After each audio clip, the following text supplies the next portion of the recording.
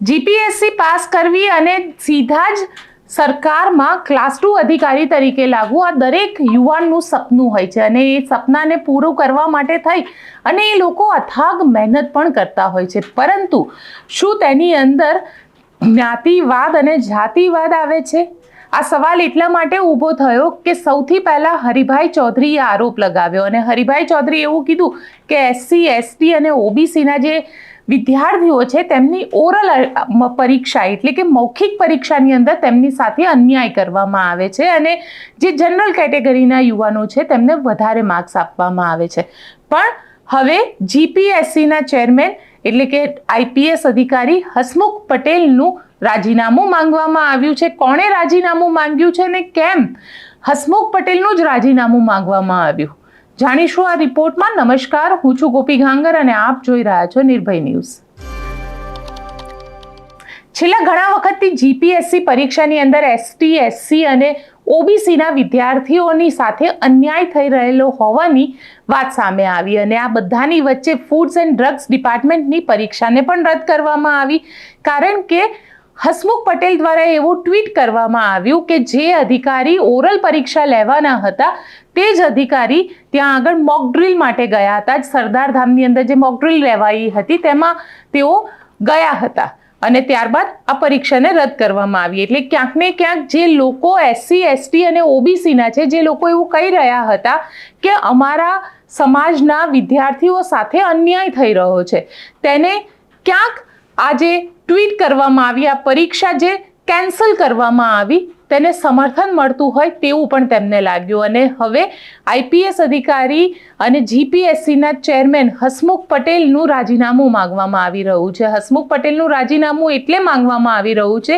કે જીપીએસસીની અંદર SC, ST અને ઓબીસીના જે યુવાનો છે તેમની સાથે અન્યાય થઈ રહ્યો છે અને આ રાજીનામું માંગતા ધારાસભ્ય ચૈતર વસાવા, જે પોતે આદિવાસી સમાજમાંથી આવે છે, કારણ કે આદિવાસી સમાજનું જે નેતૃત્વ છે સરકારની અંદર એ ખૂબ ઓછું છે અને તે ધીરે ધીરે સરકારી પરીક્ષાની અંદર આવે આદિવાસી યુવાન તેવું ઈચ્છી રહ્યા છે અને આદિવાસી યુવાનો તેના માટે મહેનત કરી રહ્યા છે, પરંતુ ક્યાંક આ પ્રકારની જે સિસ્ટમ છે તેના પણ તેઓ શિકાર થઈ રહ્યા છે.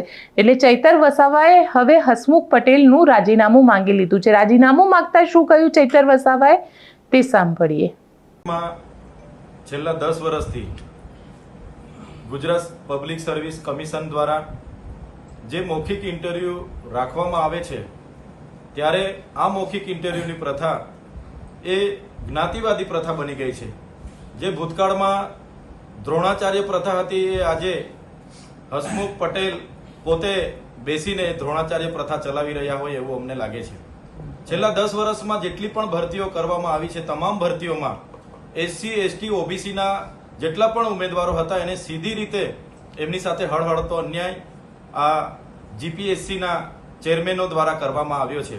તાજેતરની આપણે વાત કરીએ તો જીપીએસસી ક્લાસ 1-2 ની જાહેરાત ક્રમાંક 2022-23 20 નંબરની જે જાહેરાત હતી એનું પરિણામ 19/3/2025 આવ્યું છે. એનું અમે વિશ્લેષણ કરતા અમને એમાં માલુમ પડે છે કે એસીબીસી ના 12 ઉમેદવારો જેઓ લેખિત પરીક્ષામાં 112 થી લેખિત પરીક્ષામાં 412 થી 429 વચ્ચેની ગુણ ધરાવતા હતા, છતાં ઇન્ટરવ્યુમાં 20 થી 35 વચ્ચે જ ગુણ એમને આપવામાં આવતા તેઓ નાપાસ થયા છે. એની સાથે એસસીના 12 ઉમેદવારો જેઓ લેખિત પરીક્ષામાં 387 થી 412 વચ્ચે ગુણ પોતે લાવ્યા છે, પરંતુ ઇન્ટરવ્યુમાં 24 થી 52 વચ્ચેના જ ગુણ એમને આપવામાં આવતા તેઓ પણ નાપાસ થયા છે. એની સામે ઈડબ્લ્યુએસના 9 જેટલા ઉમેદવારો જેઓ લેખિત પરીક્ષામાં માત્ર 376 થી 389 વચ્ચેના જ ગુણ હોવા છતાં ઇન્ટરવ્યુમાં હસમુખ પટેલની કમિટી દ્વારા 70 થી 90 ગુણ આપવામાં આવ્યા છે, જેના કારણે એ લોકો પાસ થયા છે. જે લોકો 1 થી 10 માં ટોપ 10 માં હતા લેખિત પરીક્ષામાં એમને મૌખિક ઇન્ટરવ્યુમાં 20 થી લઈને 50 સુધીના ગુણ આપતા એ લોકો નપાસ થયા.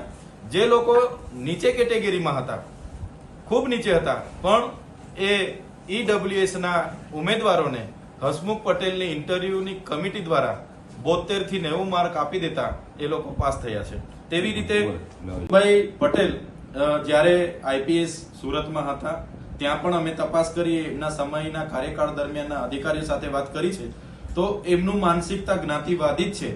ભૂતકાળમાં પણ એમને જ્યાં પણ સર્વિસ કરીને આવ્યા છે ત્યાં આ રીતની જ જ્ઞાતિવાદની છબી એમણે રાખી છે. અને આમાં એમની કમિટીના જે સભ્યએ સરદારધામમાં એક દિવસ પહેલા જે મોક ઇન્ટરવ્યુ રાખ્યા હતા એ હસમુખ પટેલના કહેવાથી જ આટલું બધું થયું હશે અને આટલા બધા ઉમેદવારોને અન્યાય થયો હશે એવું અમે માનીએ છીએ. હસમુખ પટેલને પણ ચેરમેન પદેથી દૂર કરવા જોઈએ એવી અમારી સ્પષ્ટ માંગણી છે. તમારું ખાસ કહેવું એવું છે કે પટેલ સમાજની જ્ઞાતિને જ આ લોકો પ્રાધાન્ય વધારે આપે છે. હસમુખ પટેલ એવું કેવું? જેટલી પણ ભરતીઓ થઈ છે, તમે 16 ની લેશો, 17 ની લેશો, 18 ની લેશો કે હમણાં 22-23 ની ભરતી લેશો, એનું જો તમે વિશ્લેષણ કરશો તો તમને સ્પષ્ટ જ ખબર પડી જશે. ટોપ 10 માં આવનારા ઉમેદવારોને મૌખિક ઇન્ટરવ્યુના નામે નપાસ કરવામાં આવ્યા છે.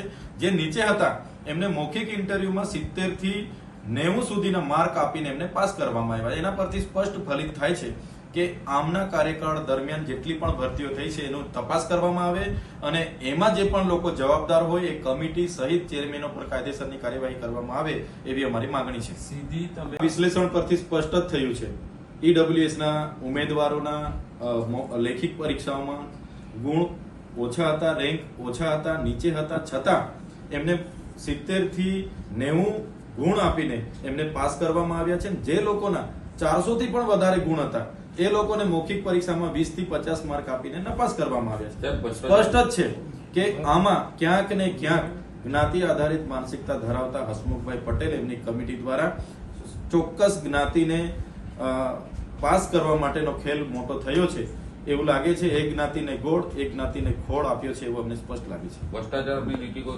સ્પષ્ટ છે કે ચૈતર વસાવાએ અહીંયા આગળ સરકાર સામે પણ પ્રહાર કર્યા છે અને સરકાર સામે પણ પ્રહાર કરતા કહ્યું છે કે આના માટે જે પણ અધિકારી જવાબદાર હોય તેની સામે કાર્યવાહી થવી જોઈએ, હસમુખ પટેલનું રાજીનામું લેવું જોઈએ. પણ અહીંયા સવાલ એ ઊભો થઈ રહ્યો છે કે ઘણા દિવસથી આ જે વિવાદ થઈ રહ્યો છે, હસમુખ પટેલના આવ્યા બાદ એક જ પરીક્ષા લેવાઈ અને એ એક પરીક્ષાની અંદર જે યુવાન જે યુપીએસસીની અંદર પાસ થયો અને તેના ઓરલની અંદર ખૂબ સારા માર્ક્સ હતા, જે જીપીએસસીની અંદર 422 લાવ્યા છતાં પણ તેને ફેલ કરવામાં આવ્યા હતા ઓરલ એક્ઝામની અંદર. એટલે ક્યાંક જે સમર્થન મળ્યું એ ઓબીસીના નેતાઓને એટલા માટે જ મળ્યું કે જે થઈ રહ્યું છે જીપીએસસીની અંદર એ ખોટું થઈ રહ્યું છે. પણ હવે સવાલ અહીંયા એ ઊભો થઈ રહ્યો છે કે જીપીએસસીની અંદર જો આવી રીતે હસમુખ પટેલનું રાજીનામું માંગી લેવાથી કે એમને રાજીનામું અપાવી દેવાથી શું આ જે આખી સિસ્ટમ છે, પરીક્ષાની સિસ્ટમ છે, તેમાં પરિવર્તન આવશે?